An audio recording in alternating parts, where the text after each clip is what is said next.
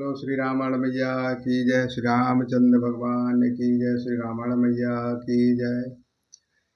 तात हृदय धीरज धरहो, करहो जो अवसर आज। उठे भरत गुरु बचन सुन, करन कहेउ सब काज। लखन सिया रामचंद्र की जय। उमापति महादेव की जय। पवन सुत हनुमान की जय।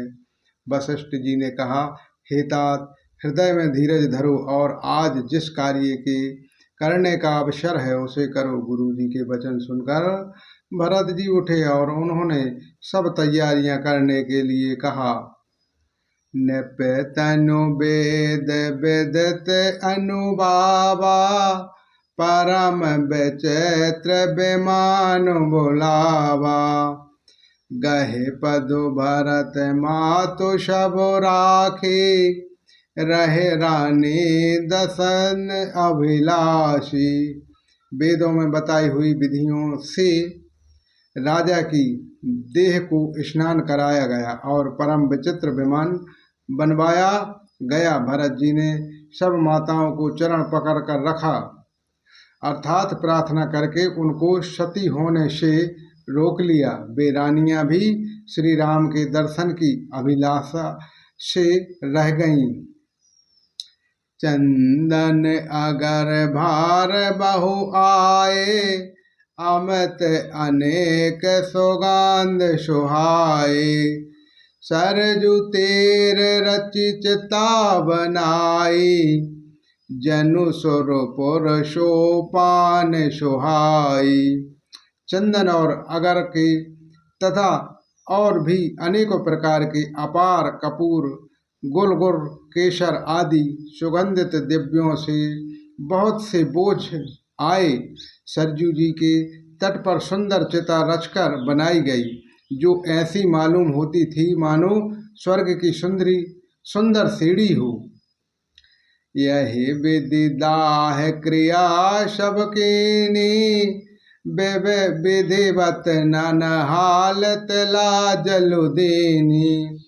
शोध समृद्धि सब वेद पुराना, कीन भरत दश गाथ विधाना।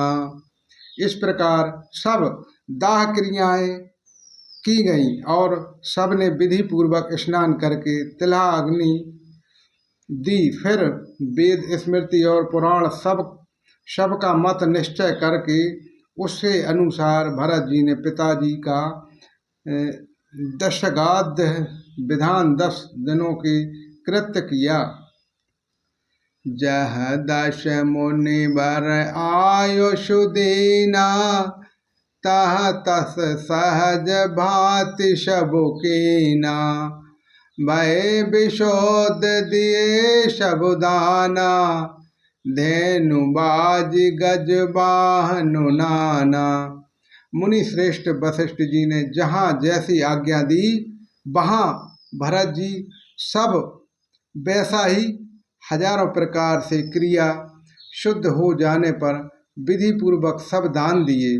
गौएं तथा घोड़े, हाथी आदि अनेक प्रकार की सवारियां, सिंहासन भूषण वसन, अन्न धरा धन धाम। दिए भरत लई भूमि सुर, भे परिपूर्ण काम। लखन सिया रामचंद्र की जय। उमापति महादेव की जय। पवन सुत हनुमान की जय। सिंहासन, गहने, कपड़े, अन्न, पृथ्वी, धन और मकान भरत जी ने दिए।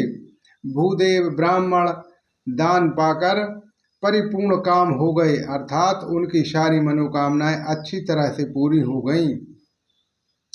पितुहित भरत कीन जसु करनी, सो मुख लाख जाय नहीं बरनी।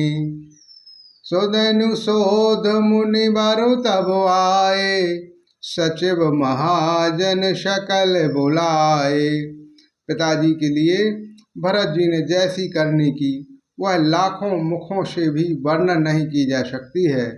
तब शुभ दिन शोध कर श्रेष्ठ मुनि वशिष्ठ जी आए और उन्होंने मंत्रियों तथा सब महाजनों को बुलवाया। बैठे राज सभा सब जाई, पठय बोल भरत दो भाई।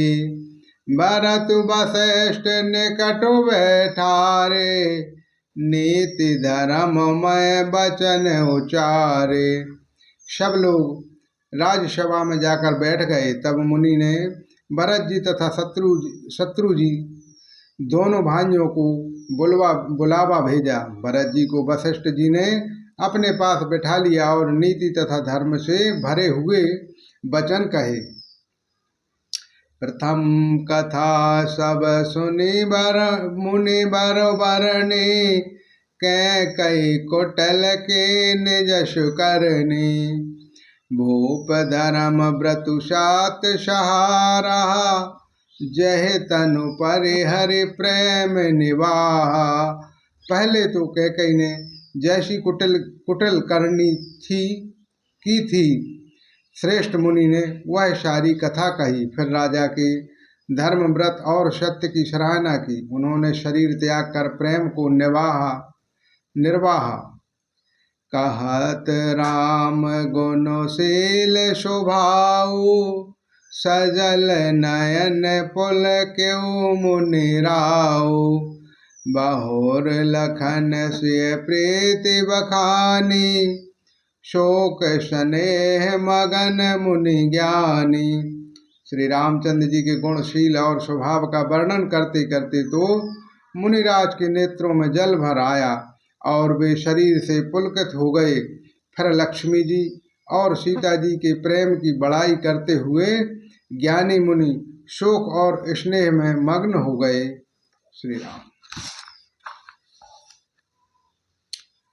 सुनहु भरत भाभी प्रबल, बेखल कहो मुनिनाथ। हानि लाभो जीवन मरम, जसु जसु विधि हाथ। लखन सिया रामचंद्र की जय, उमापति महादेव की जय, पवन सुत हनुमान की जय। मुनिनाथ ने बिलख कर दुखी होकर कहा, हे भरत सुनो, भाभी होनहार बड़ी बलवान है। हानि लाभ जीवन मरण और यश अपयश ये सब विधाता के हाथ में होते हैं। बोलो श्री रामचंद्र भगवान की जय। श्री रामायण मैया की जय। सत्य सनातन धर्म की जय। अपने अपने माता पिता की जय। गौ माता की जय। सब श्रोता बंधुओं की जय।